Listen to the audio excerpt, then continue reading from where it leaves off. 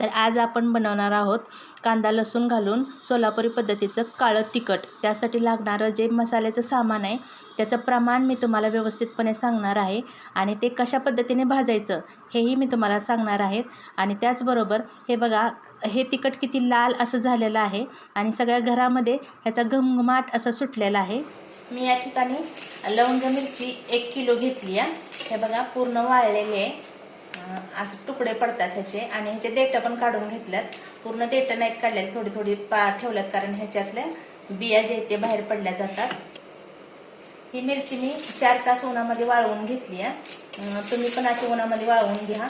आणि त्यानंतर पाव किलो बेडगी मिरची घेतलेली आहे, हे बघा, त्यामुळे आपला कलर पण छान येतो आणि चव पण छान लागते तिखटाला।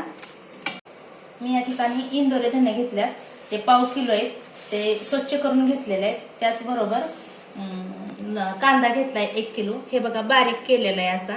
आपण ह्याला 1 दिवस पूर्णपणे उन्हात वाळत घालणार आहे। काही काही जण शिजवून घेतात, पण आपण पूर्ण वाळवून घेऊन नंतर भाजून घेणार आहोत। त्यासाठी पाव किलो लसूण घेतलाय निवडून आणि काळ्या पाटीचं खोबरं घेतलेलं आहे, ते 400 ग्राम घेतलेलं आहे आणि त्याचं हे असं बारीक बारीक तुकडे केलेत त्याचे। आणि त्याचबरोबर खडं मीठ घेतलंय पाव किलो, तुम्ही ह्याच्यापेक्षा जास्तही घालू शकता आपल्या ह्याच्यानुसार, पण पाव किलो साधारणपणे योग्य ठरतं त्याला। हे मी ग्राम मध्ये तुम्हाला सांगणार आहे। हे जिरे घेतल्यात 100 ग्राम, त्यानंतर मोहरी घेतली ती पण 50 ग्राम घेतलेले, पांढरं तेल घेतल्यात 50 ग्राम, खसखस 50 ग्राम घेतलेले। हे आपले मसाल्याचे सामान झालं। आता आपण खडे मसाले पाहूयात। या ठिकाणी सुंठ घेतली 50 ग्राम आहे, हळकुंड घेतल्यात आपण 50 ग्रामच। त्याचबरोबर दालचिनी घेतली 20 ग्राम आणि हिरवी वेलची घेतली 20 ग्राम। त्याचबरोबर मसाला वेलची घेतली 20 ग्राम, लवंग घेतल्यात 20 ग्राम, काळी मिरी घेतली 20 ग्राम, त्रिफळा घेतलंय 20 ग्राम, त्यानंतर शाही जिरे जे आहेत तेही घेतल्यात 20 ग्राम आणि मेथीचे दाणे 20 ग्राम आणि चक्री फूल आहे तेही 20 ग्राम आहेत। तमालपत्र घेतलंय ते फक्त 10 ग्राम घेतलेलं आहे, लाल फूल 10 ग्राम मध्ये घेतलेलं आहे, जावित्री आहे ती पण 10 ग्राम घेतलेलं आहे, दगडी फूल 10 ग्राम घेतलेलं आहे।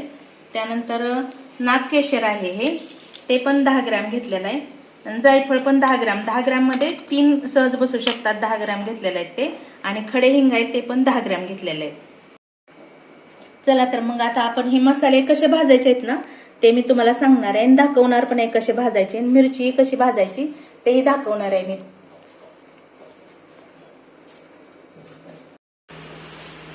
आपण आता मिरची भाजून घेऊया।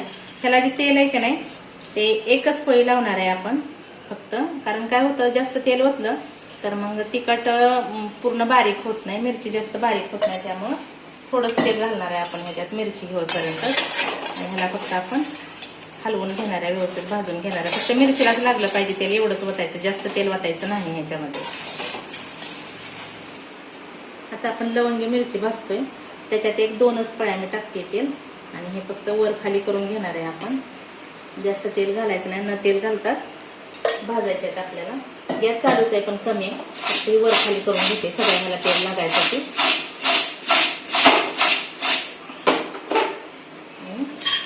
गॅस फुल करून थोडं नुसतं भाजून घेते, भाजताना खूप खचका येतं ह्याचा, थोडंसंच तेल घालायचं ह्याच्यामध्ये आणि आपण हे भाजून घेऊन नंतर काढूया।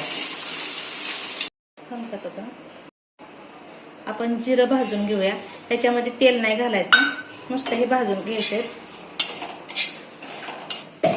आपलं जिरं भाजून झालं, मी हे एका ह्याच्यात काढून घेते। त्यानंतर मोहरी आपण नुसती अशी भाजूनच घ्यायची, त्यात तेल वगैरे काय वाटायचं नाहीये। आपली मोहरी भाजून झाली, ती पण मी जिऱ्याच्या ह्याच्यातच काढून घेते, एका ह्याच्यात काढून घेणार आहोत। आता पांढरे तीळ आहेत ते पण थोडंसं भाजून घेणार आहोत आपण। आता तीळ पण काढून घेऊयात, भाजल्यात पूर्ण। आता आपण खसखस थोडी भाजून घेऊयात। आपली खसखस पण आपण काढून घेणार आहे, भाजली आहे, करपवू द्यायची नाही।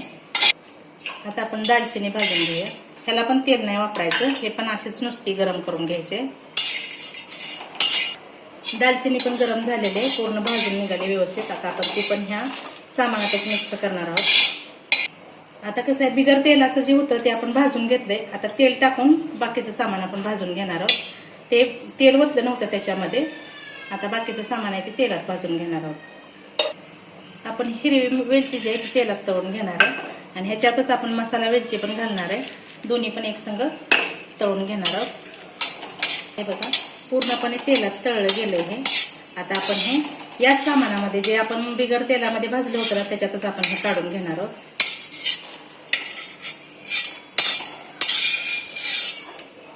आता लवंगा टाकूयात. ते आपण अशाच तळून घ्यायचे. त्याचा वास खूप छान येतो तळल्यामुळं. लगेचच बाजूला काढून घ्यायचे आहेत त्या. हे बघा, तेल गरम खूप झालेलं आहे त्यामुळं.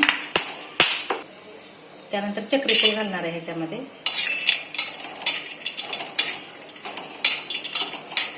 हे पण बाजूला काढून घेणार आहे. लई पण करपवायचं नाही. तेल जास्त गरम झाल्यामुळे लगेचच होतंय ते. त्यानंतर जे शाही जिरे होते ना ते आपण करून घेणार आहे, तळून घेणार आहे.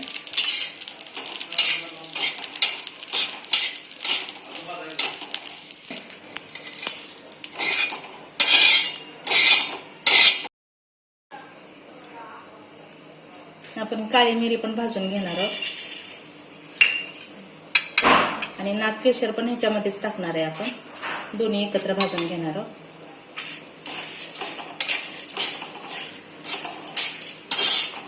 ते पण याच्यामध्येच काढून घेणार आहे.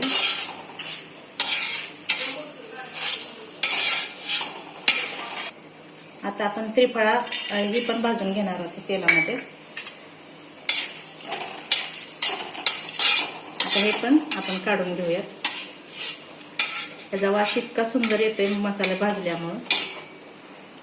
त्यानंतर मेथीचे दाणे जे आहेत आपण घेतलेले ते पण तेलातून काढून घेणार आहोत.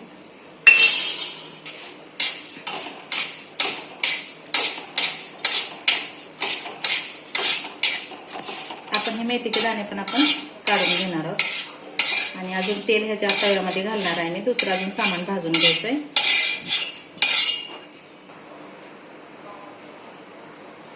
ही जावेत्री आणि हे फुलं जे आहेत ते पण ह्याच्यामध्ये आपण घालणार आहोत. ते पण भाजून घेणार आहोत.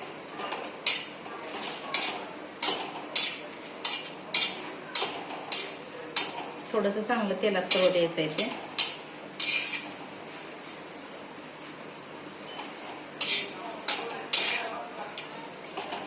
ते लाल फुल होतं आणि हे जावेत्री. आता आपण हे पण काढून घेणार. गॅस कमी केल्याने हे पण काढून घेणार आहे आपण.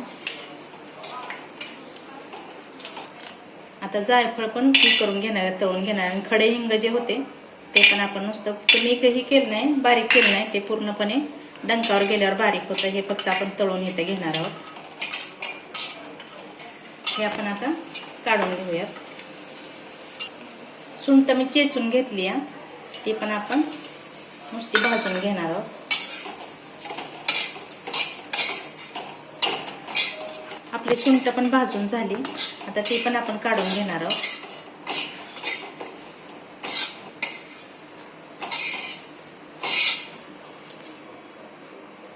पत्र जे ते असं कट करून मी ह्याच्यामध्ये घालते आणि ह्याच्यामध्येच दगडी फूल जे आहे ते पण घालणार आहोत. त्यामध्ये निम्मेच तमालपत्र आपण भाजून घेणार आहोत. बाकीचे ते आपण हाय असंच टाकणार आहोत. पूर्ण नाही टाकणार भाजून घेऊन. बाकीचे हाय असं घालणार आहे त्याच्यामध्ये. हे तेलात हे झालंय. आता आपण हे पण काढून घेणार आहोत या मसाल्यामध्ये. आता आपण खोबरं भाजून घेऊया.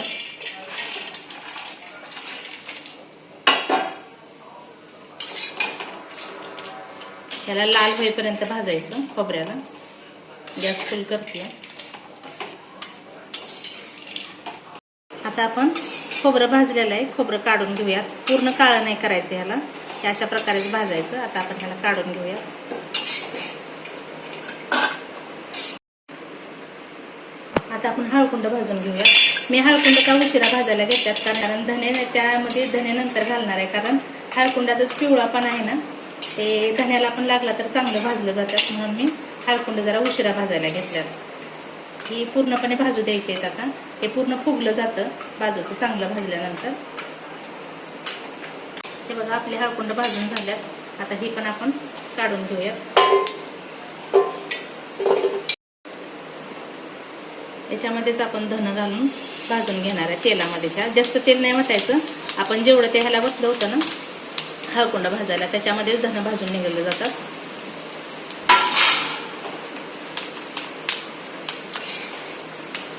धन भाजताना खूप छान वास येतोय धन्याचा. जास्त तेल नाही घालायचं. आपले धने भाजून झाल्यात. ते पण आपण आता काढून घेणार आहोत.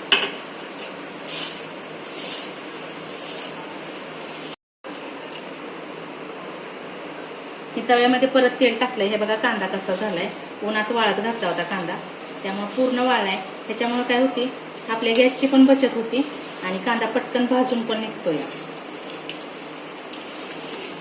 1 किलो कांदा घेतला होता. किती झालाय बघा.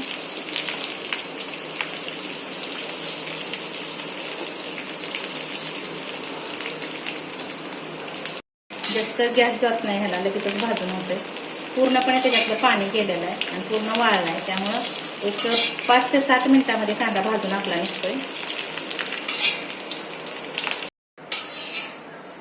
हे बघा आपला कांदा भाजून झालाय. आता मी गॅस बंद करते आणि कांदा काढून घेऊयात. जरा वेळ जरी असंच तव्यात ठेवला तरी पण काय फरक पडत नाही, कारण काय होतं एकदम ताट होतं नंतर आणि भाजताना लगेचच करताना तिखट पूर्णपणे बारीक पण लगेचच होतो. त्यामुळं थोडा वेळ आपण हे तव्यात गॅस बंद करून ठेवलंय मी तसंच. मिरची आपण डब्यात काढून घेतली आहे. डंकावर नेणार आहे आणि भाजलेलं जे सगळं होतं ना मसाले ते आपण वरून ह्याच्यातच घालणार आहे. कारण डंकावर गेलं की सगळं सामान एकत्रच करून बारीक करते ते. त्यामुळे सगळं सामान आपण ह्याच्यात ओततोय. आपण न भाजलेलं पण तमालपत्र थोडं ठेवलं होतं ते पण ह्याच्यामध्ये घालणार आहे मी. जे भाजलेलं धन आणि हळकुंड होती ना ते पण ह्याच्यामध्येच घालणार आहे.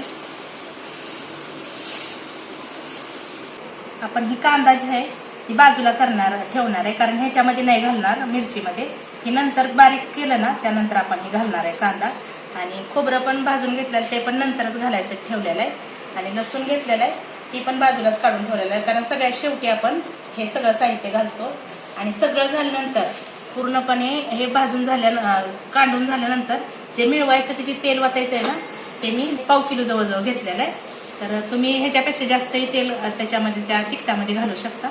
मी एवढंच घेतले कारण ह्या मसाल्याला जे तेल आहे ती जास्त आहे, त्यामुळं सगळं झाल्यानंतर मिळवायसाठी एवढं तेल मी देणार आहे.